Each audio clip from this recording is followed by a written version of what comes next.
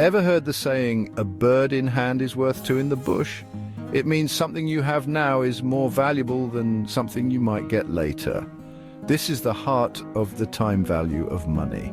Imagine you could have $100 today or $100 next year. Which would you choose? Most people would say today. Why? Because you could invest that $100 today and potentially have more than $100 by next year.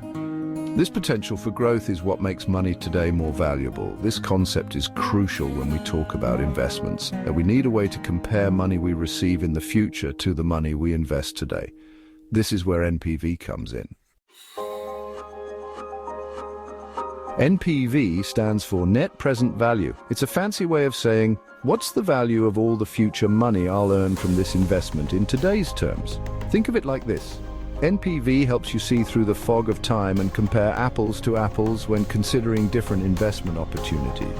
Here's how we calculate NPV. 1. Estimate the future cash flows. How much money will this investment bring in each year? 2. Discount those cash flows back to today. We use a discount rate to account for the time value of money. 3. Add up all the discounted cash flows. 4. Subtract the initial investment amount. If the NPV is positive, it means the investment is likely to be profitable. If it's negative, it's probably not a good idea.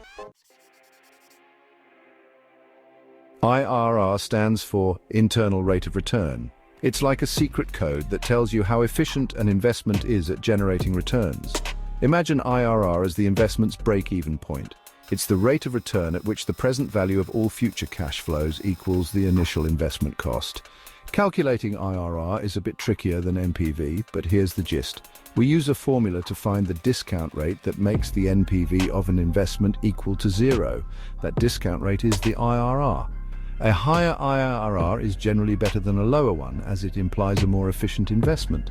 However, IRR does have its limitations. Sometimes, especially with unusual cash flow patterns, IRR can be misleading or give multiple answers. That's why it's essential to use it along with other metrics like NPV.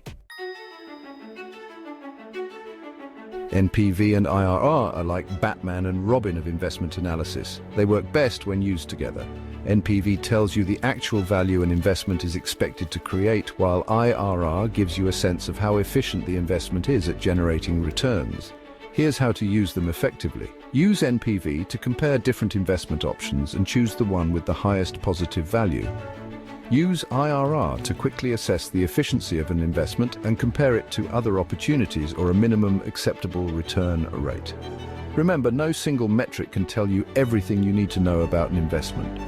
Always consider other factors like risk, market conditions, and your overall financial goals.